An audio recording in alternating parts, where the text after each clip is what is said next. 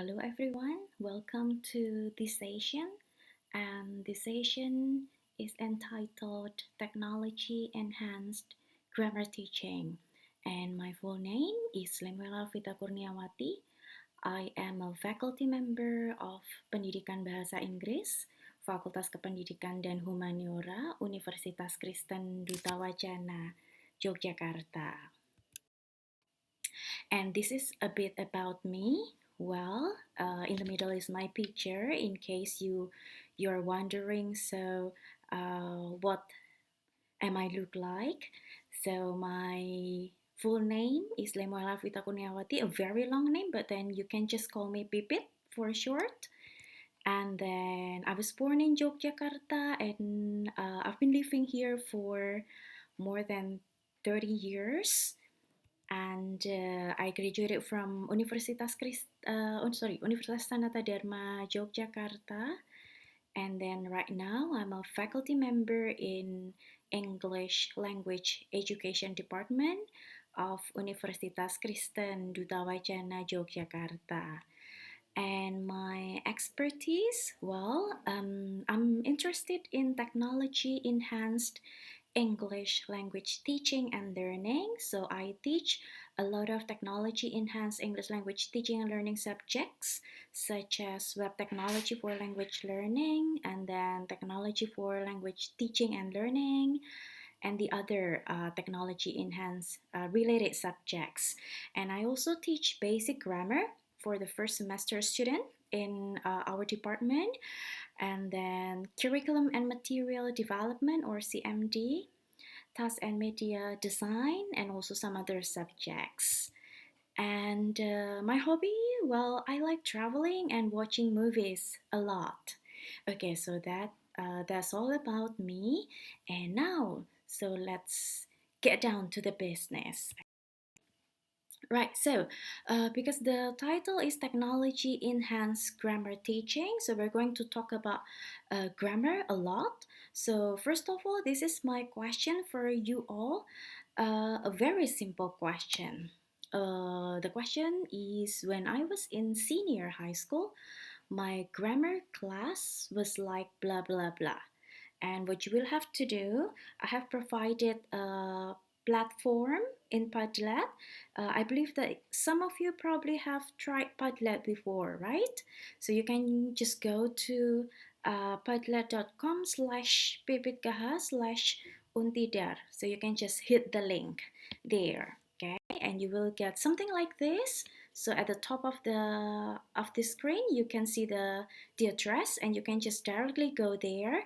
And what I'd like you to do, I'd like you to share your experiences, or it can be interesting experiences, unforgettable experiences, or well, probably bad experiences, not really good experiences related to your grammar class. Okay, right. So the next one. Well, while you are working on your Padlet, sharing your experiences, probably I'm going to share a little bit of my experience when I was in senior high school in my grammar class. Okay, so I went to one of a private senior high school in Yogyakarta, and then I like my English class.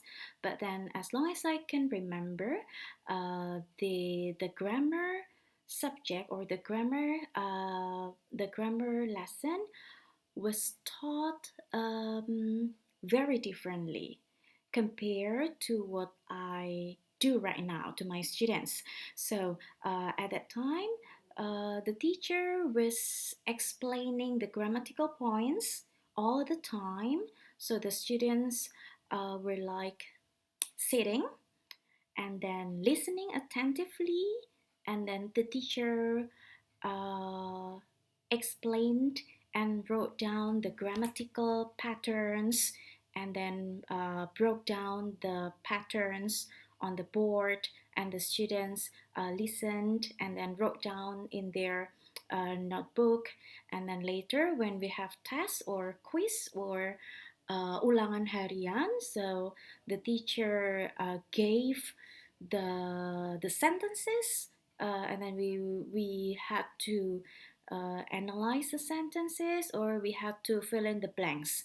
So most of the exercises were written exercises, and we had to do quizzes, and then we had to uh, took some notes in our book and then learn the notes. Yeah, things like that. Okay, so that is a bit of my experience when I was in senior high school. Okay, so based on this story, then probably you can reflect what you have experienced when you were in senior high school, and you can just write down there in Padlet, and then you can comment on your friends' experiences, and you can give like to your friends' post. Okay, so happy Padleting. Okay, right now the next one. This is our today's menu. So there will be three things we're going to discuss today. So the first one, I'm going to share a little bit about deductive and inductive grammar teaching. And then the second one is gonna be a showcase of my grammar class. So I'm going to share my experiences, how I taught grammar class last semester. And then the last one is some online tools to facilitate grammar teaching and learning.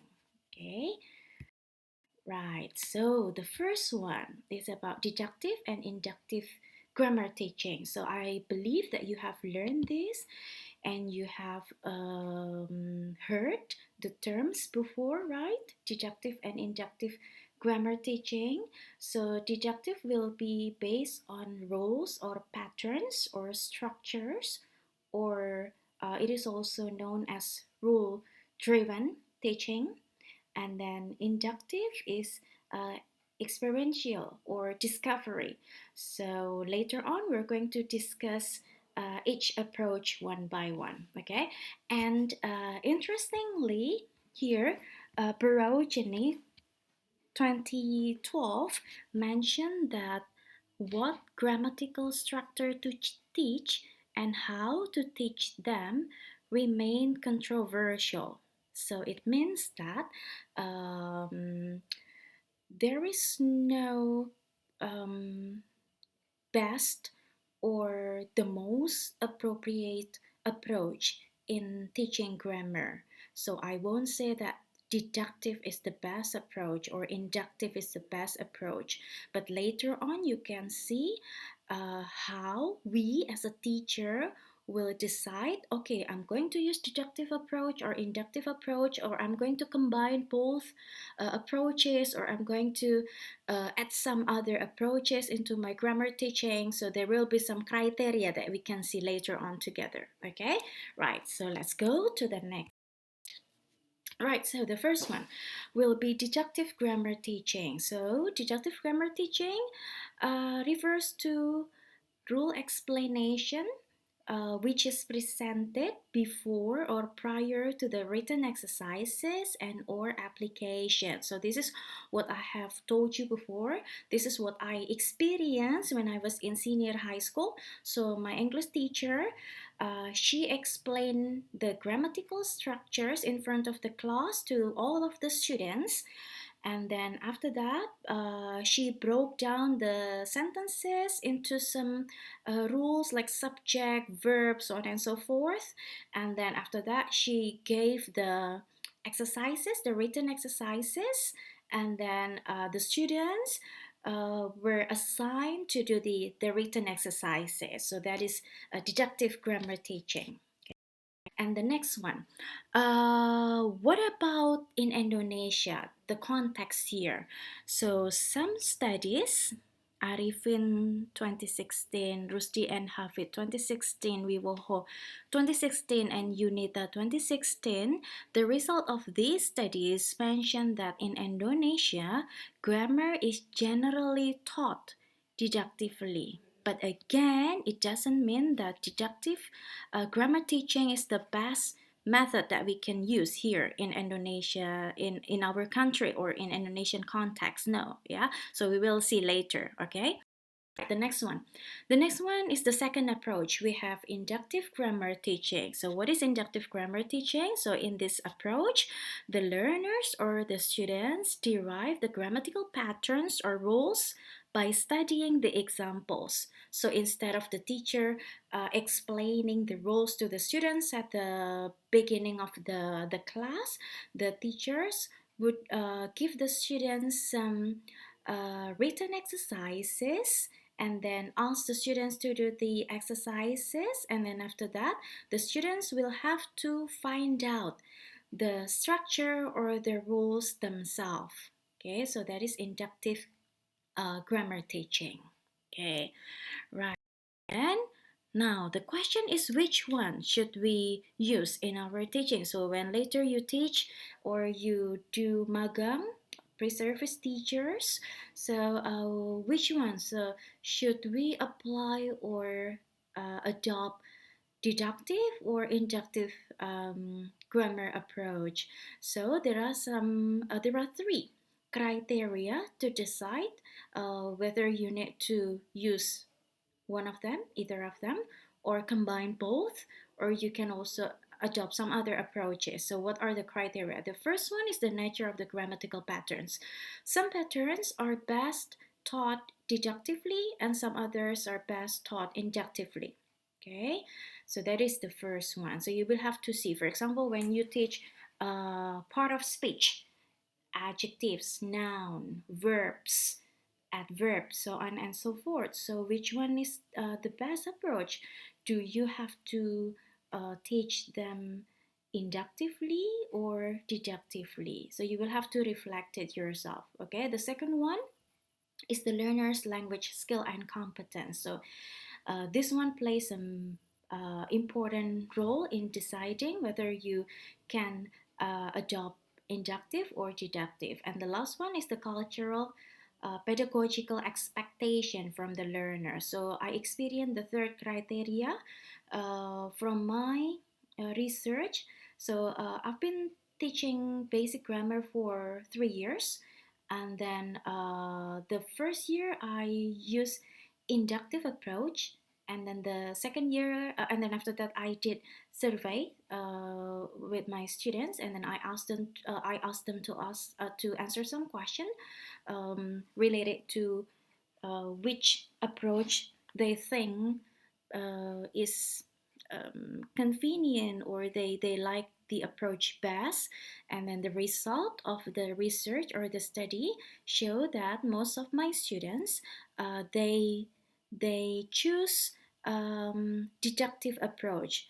So they want me to explain the grammatical patterns at the beginning of the class, and then after that I assign them the exercises, and then after that discuss the exercises, instead of I assign them with the written exercises and then ask them to do it themselves, and then after that discuss or ask them to find out the rules on their own. Okay, so they decide, or they want they prefer deductive approach.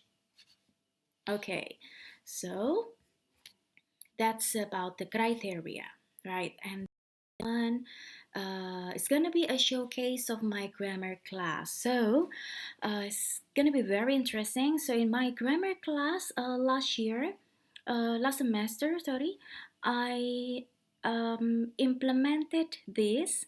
So I used flip learning, and then after that I also implemented gamification, and then I adopted deductive grammar teaching, and I also use technology enhanced grammar teaching. So I'm going to explain it to you later on after this, okay? Okay, so this is the example. So first of all, what I ask the student do is that I assign them to read certain part from the module. So I compile a module of basic grammar, and then I every meeting, so I ask them to study a certain part for the next meeting, And then after that, okay, in the classroom, to assess their understanding, I will use quizzes or Kahoot. Quizzes is similar to Kahoot to check their understanding, to check whether they really read what I assign them to read or not. Okay, and then after that, the next one is I will discuss the questions in quizzes or in Kahoot. And then from the discussion, there will be some questions or lots of questions. They will ask a question related to grammatical structure, rules, and also the sentences. And then after the discussion, if needed, I will assign them to do some written exercises to practice. And after that, I will assign them to do the task. For example, in this screen, you can see the project will be they will have to write a short paragraph, and then after that they will have to upload the article, the short article, into their digital portfolio. So each student has a digital portfolio, and we use Wixsite to as a place or as a platform to save all of the students' work, all of their work. Okay, so this is how I do my or how I teach my grammar class. So we have flip learning. Flip learning means the students will have to read the materials at home, and then they will have to really understand the materials before we discuss in class. And then in the classroom, they will do quizzes, for example, by using quizzes.com or kahoot.com, or written exercises. And then based on the quizzes, we will discuss each question on the quiz. And then I will explain the rules or the structure. And then after that, the last one, I will assign them for the project or the task. Okay, so that is what I did in my class. Okay, right now, it's gonna be the last part, and I think it's gonna be the most interesting part, yeah, from this sharing session. Right, the last one is some online tools to facilitate grammar teaching and learning.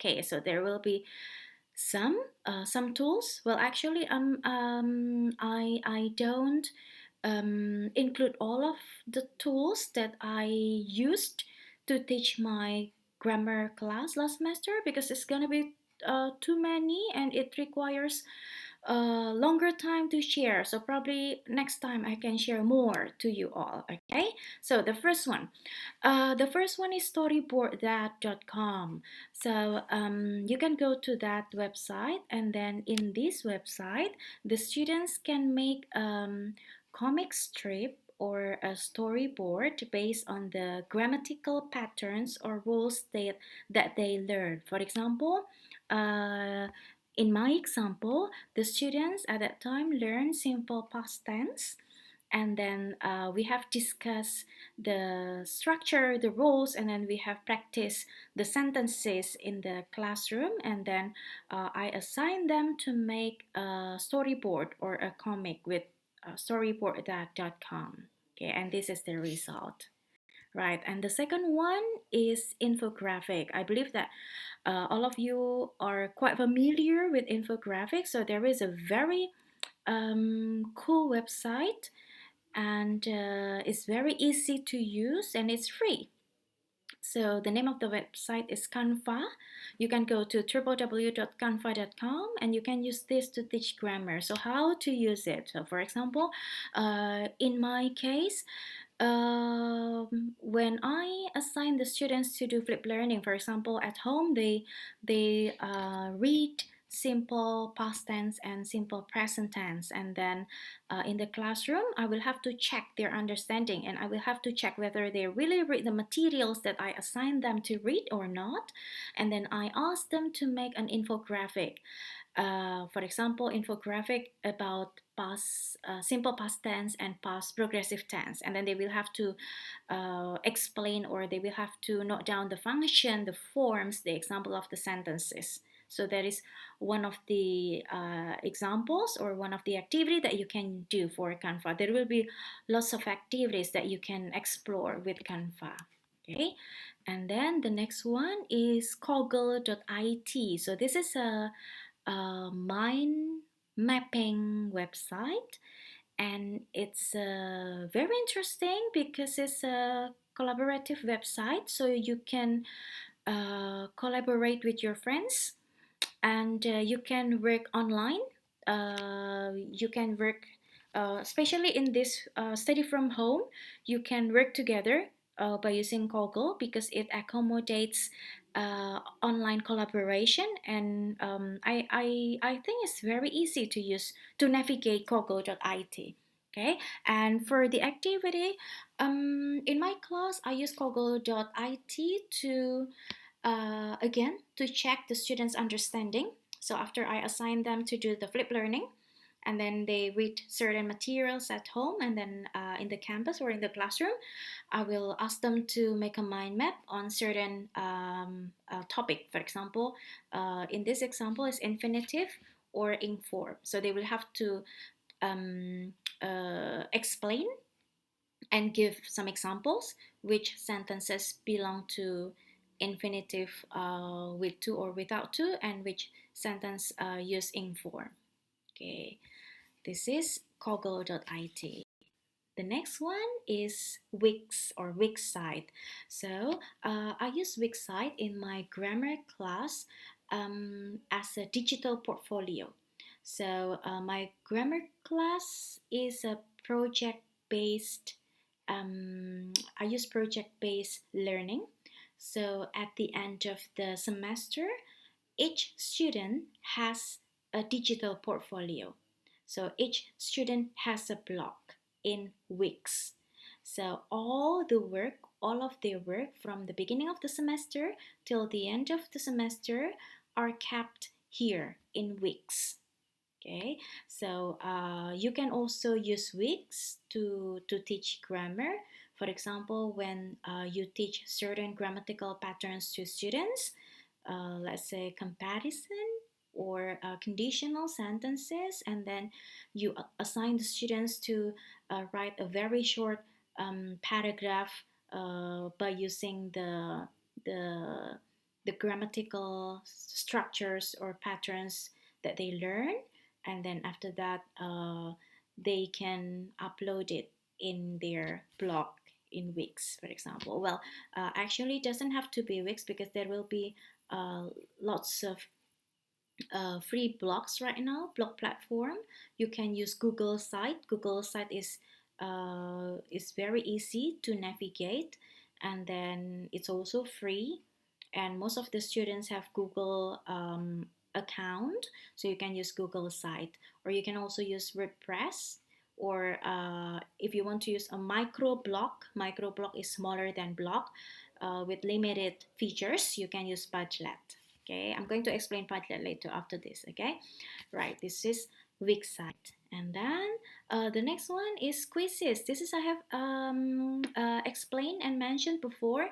Quizzes is similar to Kahoot. So if you want to test the students' understanding on certain grammatical patterns, you can use Quizzes or you can use Kahoot.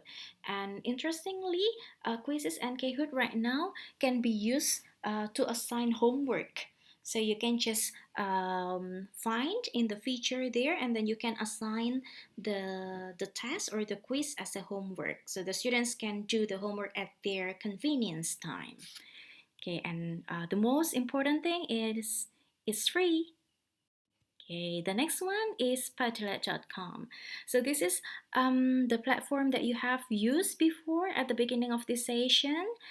Padlet is very easy. It's super easy to use and to navigate, and you can use Padlet for many activities. For grammar class, again, you can use Padlet, for example, to ask the students to write some sentences by using the grammatical rules or patterns that they have learned in the classroom, and then after that they can do peer checking. So everyone can see each other's sentences, and then they can check their friends' sentences, whether their friends' sentences are correct or incorrect, and then they can give feedback. If it is correct, then they can give like compliment or star or a heart, for example, or grades from 1 to 5. If it is incorrect, then they can show their friends which part is incorrect, okay, or what is wrong with the sentences. Okay, so that is Padlet. And then this one is relatively new, Miro.com.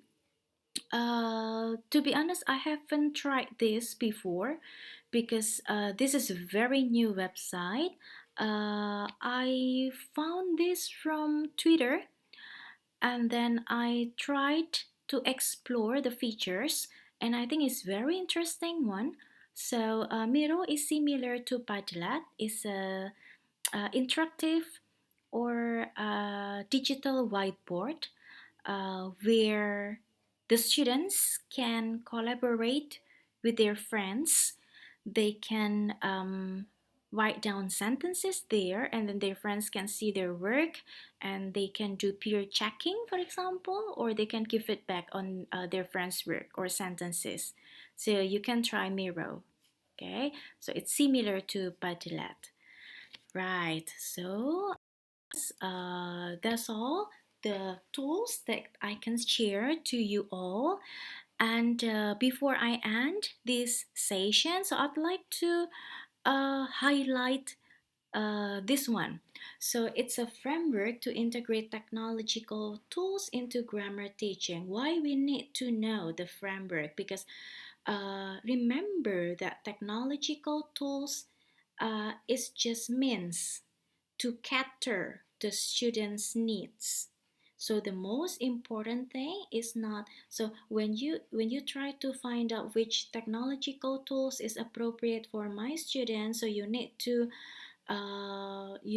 think, okay, what I expect my student would be able to do, and then what task will I give to my students, and then from there you can choose the technological tools or the appropriate technological tools. Okay, so this is one of my favorite, the framework that I use to integrate technology into my teaching. The name is TPEC, Technology, Pedagogy, and Content Knowledge. So what is TPEC? TPEC is a framework for teachers in integrating technology into classroom instructions to achieve the effectiveness of students' learning. Okay, and then let's see how it works. Okay, so there are three areas in TPAC. PK mean pedagogical knowledge. It refers to the pedagogy that you use in teaching. For example, in my class, I use project-based learning. And then CK is the content knowledge. So what content knowledge or what materials or topic that you want to share or to teach to the students. In my case, I teach grammatical patterns or structure, for example, part of speech, and then conditional sentences, and then simple present tense, simple past tense, so on and so forth. So those are content knowledge. And the last one is the technological knowledge. Okay, so again, first of all, you will have to think from the content knowledge and the pedagogical knowledge, and then from the content knowledge and the pedagogical knowledge, then you can choose the appropriate technological tools to cater the students' needs. Okay, so for example, in this diagram, the technological knowledge or TK that I use, for example, PowerPoint, and then Wixsite, and then I use XPLE, for example, or Powtoon. XPLE or Powtoon is interactive presentation. You can try. It's very interesting too. Okay, right. This one, and then the last one before I end this is there is a very interesting quote that I like the most. it says technology will never replace great teachers, but technology in the hands of great teachers is transformational, and the great teachers are you all. Okay. So, thank you very much for listening to this sharing session. And if you have question, please do contact me. You can email me at pipitkh@staff.ukdw.ac.id, or you can text me in my WhatsApp number, or you can poke me in my Twitter. You can add me at pipitkh for my Twitter. Okay, so good luck, and I'm looking forward to hearing to some success stories from you, great teachers. Okay, have a nice day and goodbye.